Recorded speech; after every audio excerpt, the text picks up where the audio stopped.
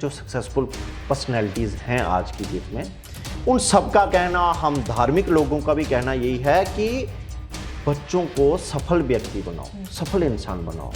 वो जो number machine है ना, वो मत बनाओ। जब उसके ऊपर थोड़ा सा स्ट्रेस आएगा, डायरेक्टली जहाँ तो डिप्रेशन में चला जाएगा। हमारे पास कितने केस हैं जहाँ वो डायरेक्टली फंदा लगाया और गया।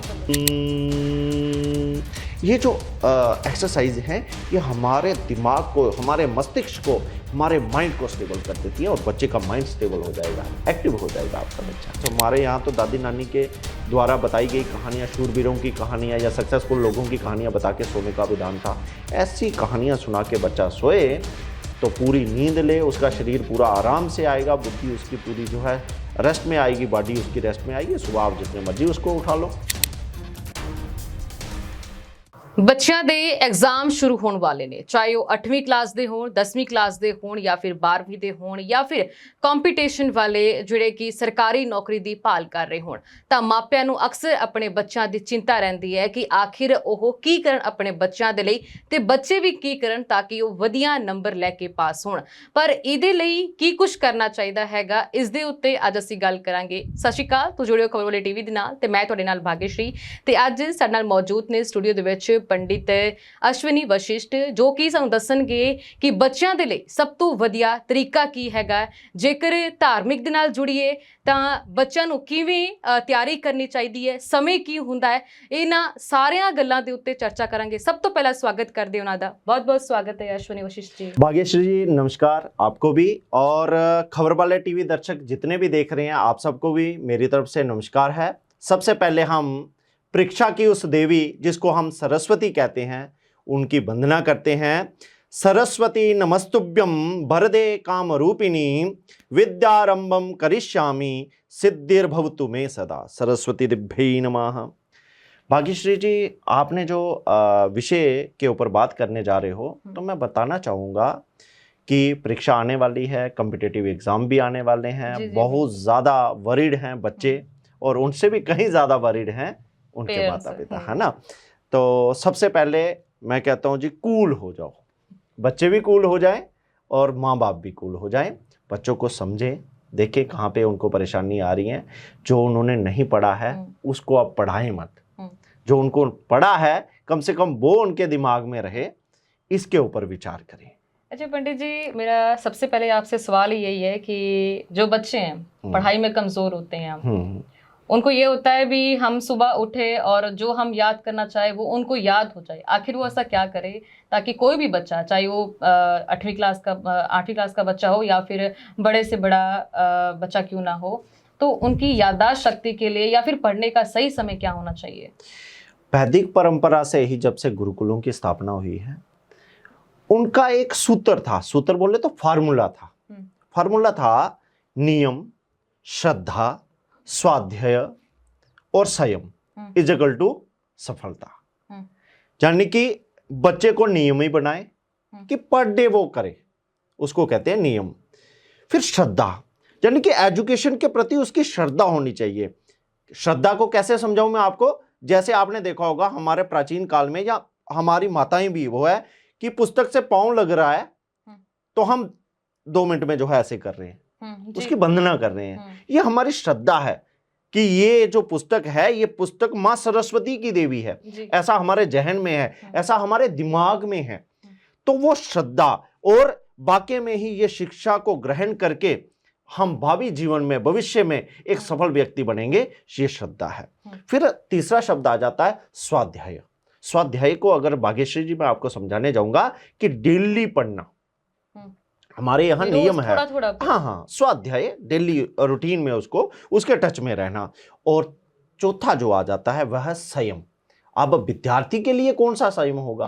विद्यार्थी के लिए यह संयम है कि समय पे उठना, समय पे नहाना, समय पे खाना, और संकुचित मतलब एक लिमिटेड जगह पे जाना, कम बोलना, है ना, ठीक है ना, और बहुत ज्यादा पढ़ना, ये सारा संयम भी आता है। जब एक विद्यार्थी के अंदर आप ये 4 गुण उसके माता पिता भर देंगे, संयम, श्रद्धा, स्वाध्याय और जो है नियम, तो इनका जो फल होगा उसको सफलता कहते हैं, उसको सक्सेसफुल कहते हैं, उसको कोई कॉम्पिटिटिव एग्जाम क्लियर करना कहते हैं जी। अच्छा पंडित जी, जैसे आपने शुरुआत एक मंत्र से की थी, हाँ, हालांकि हाँ, जो विद्या है वो माँ सरस्वती का ये रूप है, और आपने जो मंत्र बोला है उस मंत्र का मतलब क्या है? इसमें मैं कह रहा हूं बड़े शब्द शब्दों में, आप समझ पा रहे होंगे कि सरस्वती नमस्तुभ्यम, हे माँ सरस्वती, हे विद्या की देवी, मैं आपको नमन करता हूं, आपको नमन है मेरी तरफ से। वरदे काम रूपिणी, मुझे जो है आप शक्तिशाली बनाएं, मैं कार्यरत हो जाऊं, मैं पढ़ने में लगन हो जाऊं, और विद्यारंभम करिष्यामि, मैं विद्या आरंभ कर रहा हूं, आप मेरी विद्या आरंभ करें। संस्कृत में एक शब्द के 2-4 अर्थ भी हो सकते हैं ना। विद्याम कर रंभम करिष्यामि, मैं कर रहा हूं विद्या का आरंभ, और सिद्धिर्भवतु मे सदा, आप मुझे सिद्धि प्राप्त करवाएं।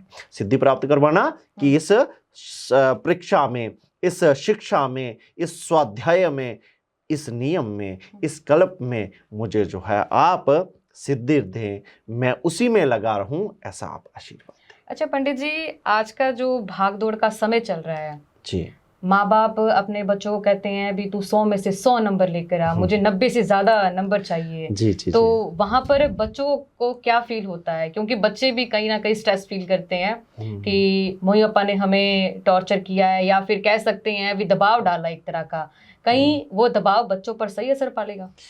जो विकसित व्यक्ति हैं, जो सक्सेसफुल पर्सनैलिटीज हैं आज की डेट में, उन सबका कहना, हम धार्मिक लोगों का भी कहना यही है कि बच्चों को सफल व्यक्ति बनाओ, सफल इंसान बनाओ।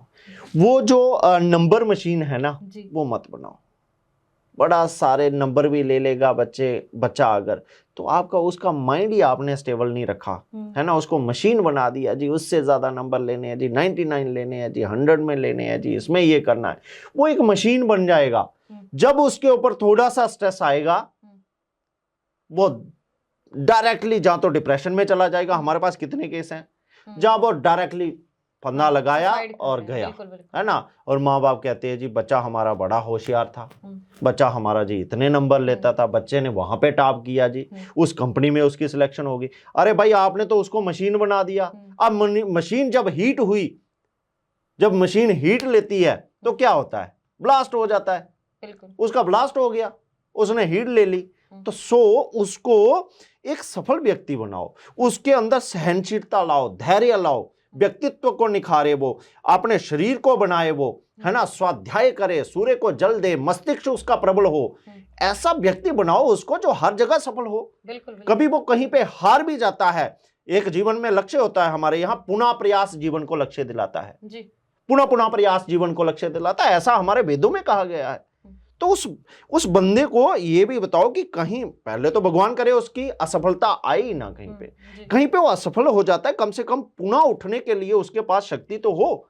ऐसा ना हो कि कहे कि वो मेरे वाले तो आगे निकल गए जी, उनकी तो जॉब लग गई जी, है ना, तो वो फिर चल ही नहीं पा रहा, वो वहीं पे सोचता रह रहा, वहीं डिप्रेशन में जा रहा, वहीं मर रहा है, वही मतलब क्या जिंदगी जिएगा। जिंदगी जीना सिखाएं इसको, ये मेरा संदेश। अक्सर माँ बाप ने अपने बच्चों को कहते हैं भी किसी की रीस करना, जैसे कहते हैं भी उसका बच्चा ये इतना बड़ा बन गया, उसके बच्चे ने इतने नंबर ले लिए, भी तू भी करके दिखा। हाँ, तो माँ बाप को उस टाइम क्या करना चाहिए? देखो, ज्योतिष के अनुसार और सनातन धर्म के अनुसार प्रत्येक व्यक्ति उस भगवान का, उस वाहे गुरु का, उस खुदा का, उस अल्लाह का बनाया हुआ जो है बहुत ही नायाब जो है बंदा है। उसमें एक अलग से एक खूबी हर में डाली हो। आपने देखा कोई दूसरा बंदा आपके जैसा नहीं मिलता आपको, सब में अलग अलग क्वालिटी होती है। ये मत देखो कि ये बच्चा जो है आगे जा रहा है तो बहुत अच्छा कर रहा है तो मेरा कर ही नहीं पाएगा। भाई, जो टैलेंट उसमें है, हो सकता है आपके बच्चे में कोई और दूसरा टैलेंट हो। आपने देखा होगा सारे तो जो है IAS अधिकारी तो नहीं बनते, कुछ क्रिकेटर, कुछ जो है खिलाड़ी बहुत अच्छे सक्सेसफुल हैं, कुछ बॉक्सर बहुत अच्छे सक्सेसफुल है, कुछ राजनेता बहुत अच्छे। हर बंदे के अंदर एक अलग से कला है। कोशिश करें माँ बाप उसको समझें, बच्चे को समझे, देखे किस टैलेंट में जा रहा है। आजकल इतने ज़्यादा इंस्टीट्यूशन खुल चुके हैं, इतने ज़्यादा एक्सपर्ट लोग आ गए हैं, बता देते हैं कि बच्चा किस ओर जा रहा है। तो उनकी राय लें, थोड़ा धैर्य रखें, नई शिक्षा में चल पा रहा है, किसी दूसरी ओर लेके जाएं उसको समझें, उससे फिजिकली अच्छी एक्टिविटीज़ करवाएं और सूर्य को जल दिलवाएं, उससे ओम का उच्चारण करवाएं, उससे त्राटक करवाएं, ताकि वो स्थिर होकर अपना टैलेंट उसका बाहर निकल सके। अच्छा, ज्योतिष के अनुसार जिन बच्चों की याददाश्त शक्ति बहुत कमजोर होती है उनको सुबह सुबह, वैसे कहते हैं भी, सूर्य नमस्कार करना चाहिए, तो उन बच्चों को क्या करना चाहिए सुबह सुबह? देखो पिछले दिनों तो बहुत सर्दी थी, नेचुरली जो है बहुत कम लोग अपने बच्चों को नहाने के लिए बोलते होंगे। हाँ, मैं कह रहा हूँ शिवरात्रि भी आ रही है और मौसम भी चेंज हो रहा है। जी, सबसे पहले तो बच्चे को नहलाइएगा जरूर। हमारे यहाँ 6 प्रकार के कहा गया कि शरीर में 6 छिद्र होते हैं। नहाना क्यों जरूरी है, थोड़ा सा बीच से हट रहा हूँ पर बताऊंगा मैं। 6 छिद्र हैं, अगर 6 छिद्रों की पूर्णतया सफाई किसी के द्वारा होती है तो वो नहाने से होती है। वैसे हम अपना मुंह धो के जो है आंखों की सफाई कर सकते हैं, नाक से निकलता हुआ मल जो है उसको साफ कर सकते हैं, मुंह से निकलती हुई लाल को साफ कर सकते हैं, और इसी प्रकार और भी छिद्र हैं।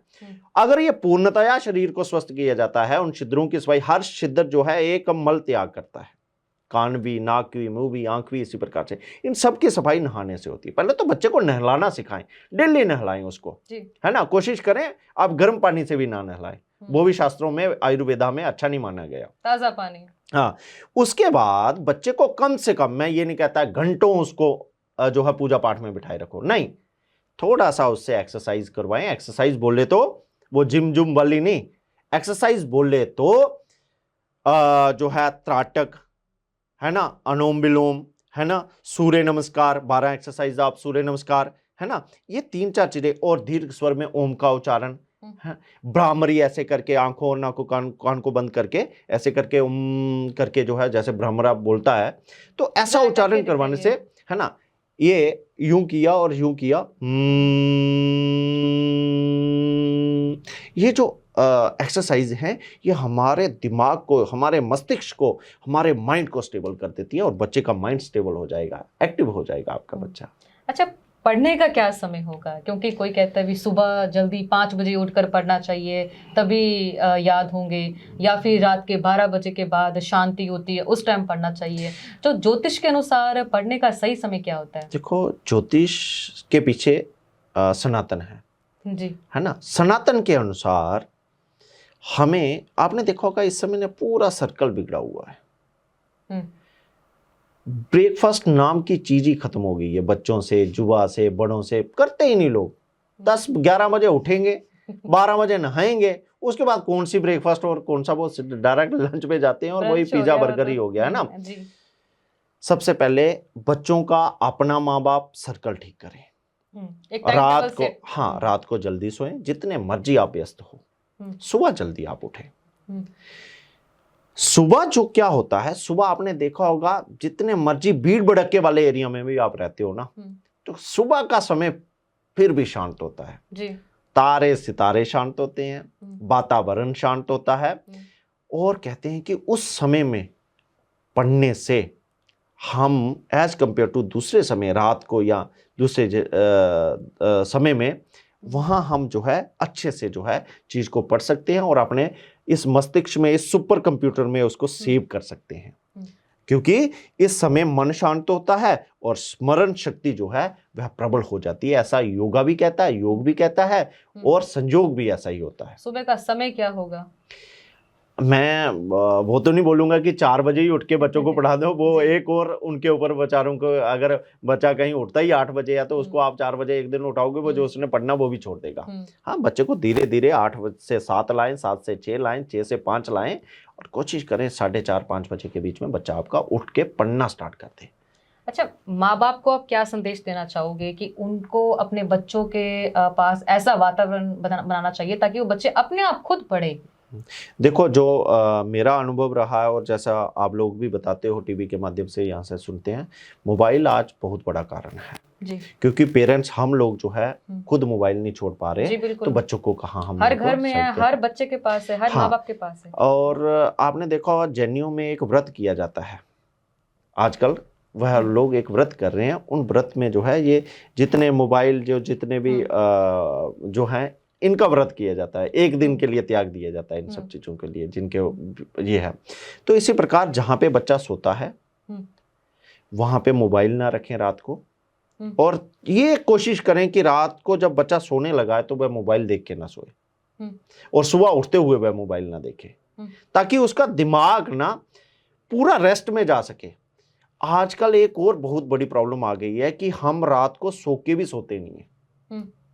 मतलब ये जो है जो हमारा कंप्यूटर है ना, ये मस्तिष्क, ये ऑफ नहीं होता दिमाग सो में के कुछ भी। ना कुछ चलता रहता हाँ, है। चलता रहता, सोते रहते हैं, आधी नींद में, कच्ची नींद में होते हैं। क्या सोना क्या जागना उनके लिए। पूरा सोएंगे, मोबाइल वगैरह नहीं होगा, मोबाइल वगैरह देख के नहीं सोएंगे, अच्छे विचारों के साथ। हमारे यहाँ तो दादी नानी के द्वारा बताई गई कहानियाँ, शूरवीरों की कहानियाँ या सक्सेसफुल लोगों की कहानियाँ बता के सोने का विधान था।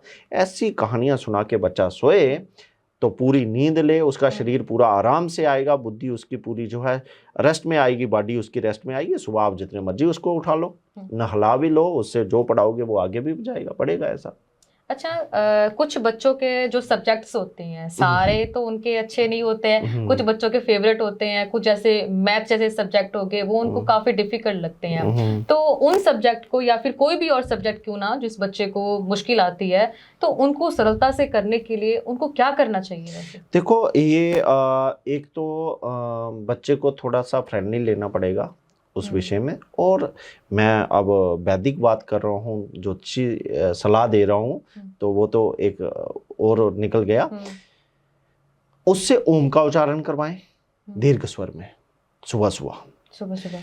फिर उससे त्राटक करवाएं। त्राटक उस चीज को कहा जाता है कंसंट्रेट करना। आपने देखा होगा, एक जो है ओम की आकृति या एक स्वस्तिक की आकृति सामने दीवार पे लगा दी जाए और उसको बच्चा एक टक देखता रहे, 2 मिनट, 5 मिनट, 10 मिनट बढ़ाते बढ़ाते जब वो बढ़ जाएगी उसकी, तो उसको कहते हैं त्राटक। उसको कहते हैं कंसंट्रेट करना, एक चीज के ऊपर फोकस करना। ये करवाएं उससे।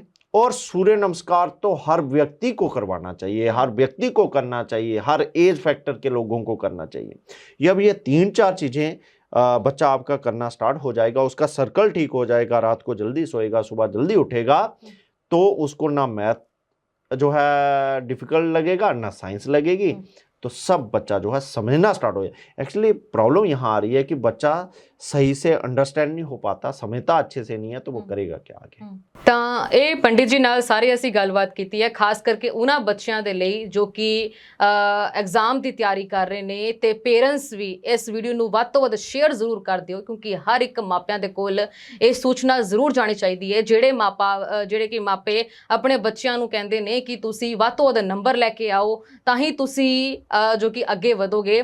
ਹਾਲਾਂਕਿ ਤੁਸੀਂ ਵੀ ਦੇਖਿਆ ਹੋਵੇਗਾ ਕਲਾਸ ਦੇ ਵਿੱਚ ਬਹੁਤ ਸਾਰੇ ਬੱਚੇ ਹੁੰਦੇ ਨੇ ਜਿਹੜੇ ਕਿ 60% ਵੀ ਲੈਂਦੇ ਨੇ ਤੇ 90% ਵੀ ਲੈਂਦੇ ਨੇ, ਪਰ ਅੱਗੇ ਕਈ ਵਾਰੀ 60% ਵਾਲੇ ਚਲੇ ਜਾਂਦੇ ਨੇ। ਪਰ ਕਿਉਂ? ਕਿਉਂਕਿ ਕਈ ਵਾਰ ਉਹਨਾਂ ਨੂੰ ਬਹੁਤ ਸਾਰੀਆਂ ਕਹਿ ਸਕਦੇ ਹਾਂ ਵੀ ਪੜ੍ਹਾਈ ਨਹੀਂ, ਕੁਝ ਟੈਕਨੀਕਲ ਚੀਜ਼ਾਂ ਕਹਿ ਲਓ, ਕੁਝ ਹੋਰ ਕੰਮਾਂ ਦੇ ਵਿੱਚ ਵੀ ਬੱਚੇ ਅੱਗੇ ਵਧਦੇ ਨੇ। ਤਾਂ ਮੈਂ ਗੱਲ ਅੱਗੇ ਨਹੀਂ ਲੈ ਕੇ ਜਾਊਂਗੀ। ਅਜਿਹੀਆਂ ਹੋਰ ਖਬਰਾਂ ਦੇਖਣ ਦੇ ਲਈ, ਹੋਰ ਅਪਡੇਟਸ ਦੇਖਣ ਦੇ ਲਈ ਤੇ ਹੋਰ ਪ੍ਰੋਗਰਾਮ ਦੇਖਣ ਦੇ ਲਈ ਸਾਡੇ ਪੇਜ ਨੂੰ ਫੋਲੋ ਤੇ ਸਬਸਕ੍ਰਾਈਬ ਜ਼ਰੂਰ ਕਰਿਓ।